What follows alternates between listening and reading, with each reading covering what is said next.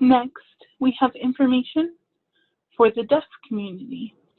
Deaf individuals usually use American Sign Language to communicate. American Sign Language uses facial expression. Face masks create a barrier so that even if you know American Sign Language, it may not be clear what someone is saying because of the face mask.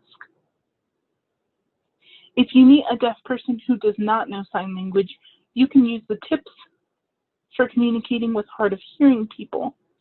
However, it may be difficult to communicate with your voice. Someone may ask you, do you know sign language? If you do know some sign language, please go ahead and use it. We don't bite, but we may ask you to repeat what you signed.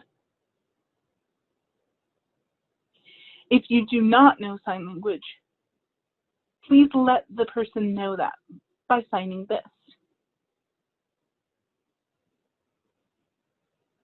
You can use gestures, such as those that we mentioned in previous sections. If you have a clear face mask, so someone can see your facial expression, please use that. You may also want to have a printed sign available to refer to.